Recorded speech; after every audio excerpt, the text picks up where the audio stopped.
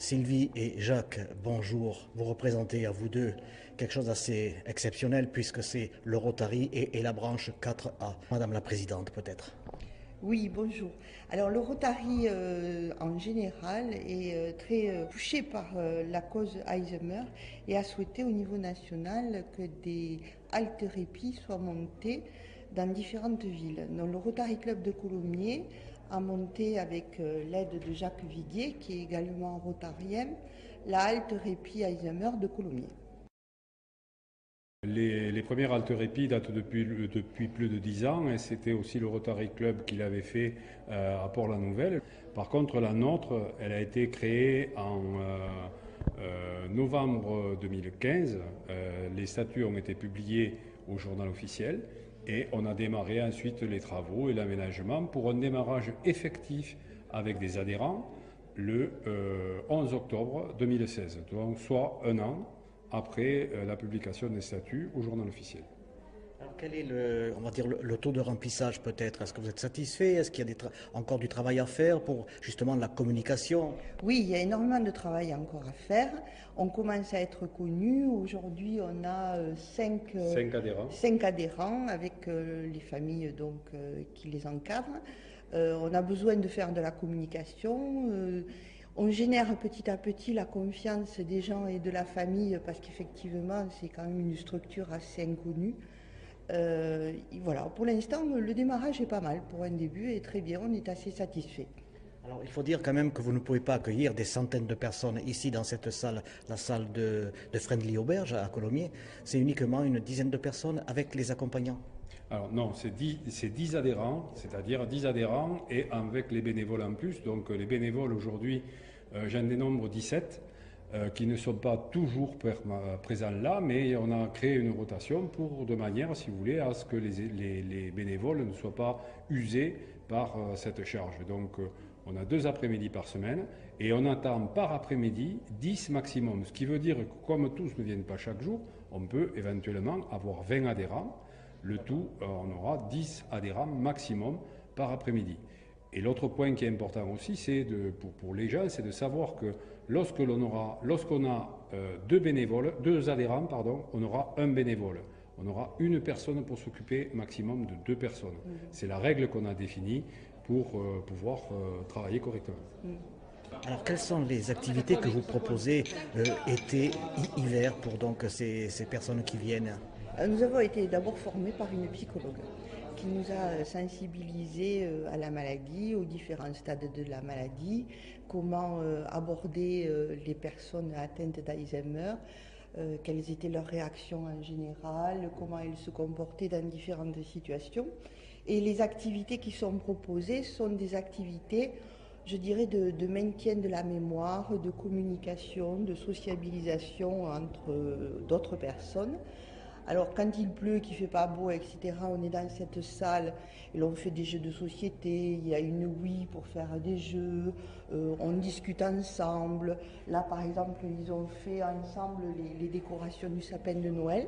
Et ensuite, en été, eh bien, il y a des activités qui se font dehors, dans le petit jardin qui a été aménagé par des bénévoles. Et Jacques va vous en parler parce que c'est un côté un peu plus technique. Alors les bénévoles, c'est eux qui sont chargés d'animer les différents ateliers. Donc comme le disait Sylvie, des ateliers mémoire. Donc par exemple, on prend des proverbes qui sont écrits à l'envers avec les mots mélangés, on leur fait retrouver les proverbes. Ensuite, par des jeux qui sont ludiques, par exemple les petits chevaux, on les oblige à compter parce que c'est la mémoire immédiate qu'ils arrivent à perdre. Donc voilà, donc on fait ce genre d'activité. On a, Sylvie le disait, une console Wii. La console Wii nous permet de travailler la synchronisation des mouvements, par exemple avec le bowling, où il faut lâcher la gâchette en même temps qu'on fait le geste, et donc ils travaillent, ils répètent jusqu'à ce qu'ils arrivent à faire des strikes, ils sont très très heureux, très contents de faire ça. Mais notre but premier, c'est pas ça. Notre but premier, c'est d'aider les aidants, c'est-à-dire les gens qui vivent avec eux, qui gardent ces personnes à domicile et qui sont épuisés. Il faut savoir que c'est une statistique nationale. Aujourd'hui, 20% des aidants décèdent avant le malade. Donc nous, notre objectif, c'est de leur donner 2 après-midi par semaine de respiration, de repos, où ils peuvent faire une activité librement, aller au cinéma, aller faire des courses, aller chez le coiffeur, tout un tas de choses qu'ils ne peuvent pas faire, hein, parce qu'un malade atteint de la maladie d'Alzheimer est demandeur 17 heures sur 24. Ce n'est pas Jacques Viguier qui l'invente, c'est quelque chose qui est la réalité. Alors il est demandeur directement ou indirectement, mais quoi qu'il en soit, pour les dents, le mot est peut-être un peu fort, mais c'est un calvaire. C'est épuisant. C'est épuisant. Voilà. Et justement, qui n'a pas dans sa famille aujourd'hui des gens qui sont touchés par cette maladie, puisqu'elle touche des gens de plus en plus jeunes, on va dire. C'est un petit peu ça. Alors, au niveau des statistiques, ce que nous avons appris, c'est que parmi les personnes de plus de 85 ans, il y a 80% de la population qui est touchée.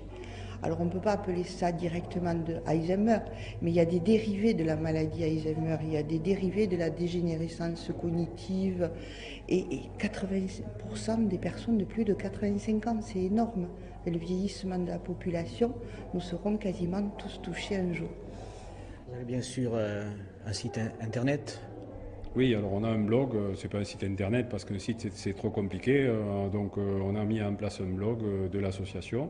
Il suffit de frapper 4A-Colomiers sur Google pour accéder à ce blog qui détaille tout ce que l'on fait, qui détaille les activités de l'association, mais qui donne aussi des conseils, c'est-à-dire que par exemple, lorsqu'on a enregistré des articles sur la santé pour prévenir Alzheimer, sur tout un tas de choses, on les publie sur le blog. Bon, sans engagement de notre part, c'est simplement une copie d'un article qui est posté. Mais voilà, on essaie de tenir les gens informés le plus possible sur cette maladie qui est terrible. Alors les objectifs de la CATRA et les objectifs du Rotary, ce sont quand même des objectifs similaires mais un petit peu dissociés.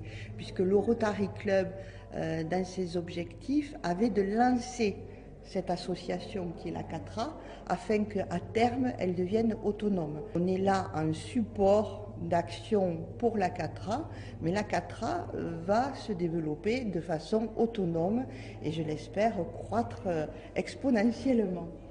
Alors aujourd'hui, journée assez exceptionnelle puisqu'on est à la veille des fêtes de Noël et il va se passer quelque chose. On a prévu des cadeaux pour les adhérents mais aussi des cadeaux pour les bénévoles. Parce que les bénévoles, comme leur nom l'indique, viennent 2 après-midi par semaine, 1 ou 2 après-midi par semaine, pour faire les activités.